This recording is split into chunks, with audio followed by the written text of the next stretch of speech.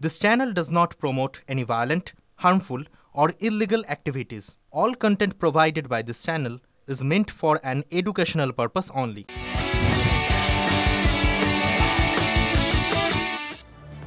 ফিরে এলাম ব্রেকের পর। নজর রাখতেই হচ্ছে কসবার গুলশান কলোনিতে। তার কারণ গুলশান কলোনিতে নাকি কোনো নিয়মই মেনে চলা হয় না।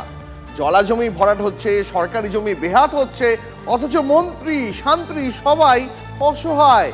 খোলাখুলি বলছেন কোন অদৃশ্য শক্তি সবকিছু নিয়ন্ত্রণ করছে তাহলে? পূর্ব কলকাতার জলাভূমি, কলকাতার কিডনি, সেই দরকারি অঙ্গটার উপর অত্যাচার চলছে তো চলছেই। কোথাও মাটি ফেলে, কোথাও জঞ্জাল ফেলে বুঝিয়ে দেওয়া হচ্ছে। জলা বুঝিয়ে দেওয়া, সরকারি জমি হাতছাড়া হওয়ার অভিযোগ মানছেন নেতা মন্ত্রীরাই। তারপরও কাজের কাজ কিছুই হচ্ছে না। মন্ত্রী শান্ত্রী সবাই কি অসহায়?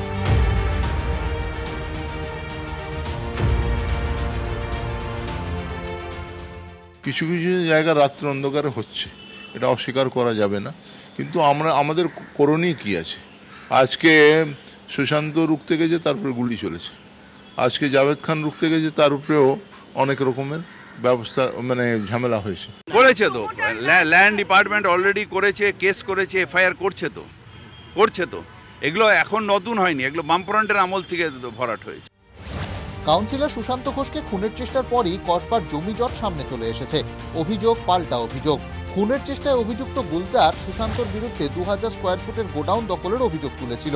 পাল্টা সেই বহুতল যার বানানো সেই জুলকারের বিরুদ্ধে ভেরি বোঝানোর অভিযোগ তুলেছেন সুশান্তর সঙ্গী হায়দার আলী আমার হয়ে গুলশনটা দেখে, কারণ আমি সপ্তাহে একদিন যাই, বাকি সময়টা হায়দার দেখে ওখানে। এবং আমার স্ট্রিক্ট ইনস্ট্রাকশন আছে, আমার কাছে যে ইনস্ট্রাকশন আছে যে জলা জমি ভরাট করে কিছু করতে দেওয়া যাবে না, সেটা হায়দার ওখানে ফলো করে। তাতে আমাদের জ্ঞানত অজ্ঞানত হয়তো কোনো শত্রু হয়ে থাকতে পারে।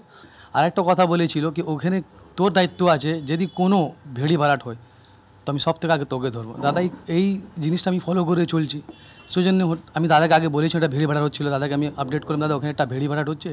তখন দাদা যা অ্যাকশন নেওয়া আছে দাদা অ্যাকশন নিয়েছিল। হায়দারের বিরুদ্ধেও আবার 60 বিঘা জলাজমি বুঝিয়ে নির্মাণের অভিযোগ। যেমন আমি এখন যেখানে দাঁড়িয়ে আছি, গুলশান কলোনির এরকম একাধিক জলাশয় রয়েছে যেখানে এরকম রাবিশ ফেলা হয়েছে এবং রাবিশ ফেলে জলাশয়ের একাংশ ভরাট করে দেওয়া হয়েছে। দূরে জলাশয় দেখা যাচ্ছে, উল্টো দিকে জেসিবি চলছে, আবার একাংশ টিন দিয়ে ঘিরে রাখা হয়েছে। অর্থাৎ সব মিলে এভাবেই একের পর এক জলাশয় ভরাট হয়ে যাচ্ছে। হায়দার আলী হচ্ছে আমাদের পরপিতার লোক।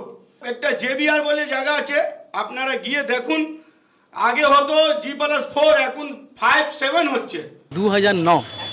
2009 থেকে এখানে 2012 অব্দি টানা এই সরকারি জায়গাটা ভরাট হয়েছে, আর জুলকারি করলো। তা আমি বলছি না, এখানে করলো, তারপর এখানে টাকা নেওয়া হয়েছে। ও তো লোক থেকে টাকা তুলে নিয়েছিল, কি লোক অভিযোগ করে এখান থেকে ওকে দড় করিয়ে দেয়, তারপর ও এখান থেকে পালিয়ে যায় টাকা নিয়ে। ওকে কলকাতা পুলিশ বিহার থেকে অ্যারেস্ট করে এখানে নিয়ে আসে। গুলশান কলোনি যত বিল্ডিং হচ্ছে বিনা প্ল্যান সানসান ছাড়া সব হচ্ছে, সব আনলিগাল। হ্যাঁ, সবই জানবে না কি করে? সে হায়দার বাবু যদি ওনার কাছে খবর না পাঠায়, সে হায়দার বাবু বুঝবে। এমনকি গুলজারের গোডাউন যে জমিতে, সেটাও নাকি কৃষি জমি ও সরকারি জমির ওপর তৈরি বলে অভিযোগ। অর্থাৎ অভিযোগের অন্ত নেই।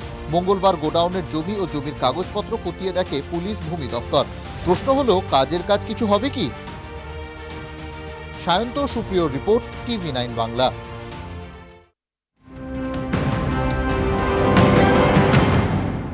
নজর রাখবো একটু ব্রেকিং নিউজের দিকে। দিল্লিতে বিপজ্জনক মাত্রায় দূষণ নিয়ে প্রশ্ন তুললেন এবার শশী থারুর। দিল্লির কি আর রাজধানী থাকা উচিত? প্রশ্ন থারুরের। সরকার বছরের পর বছর মুখ বুঝে দূষণ যন্ত্রণা দেখছে, মন্তব্য কংগ্রেস সাংসদের।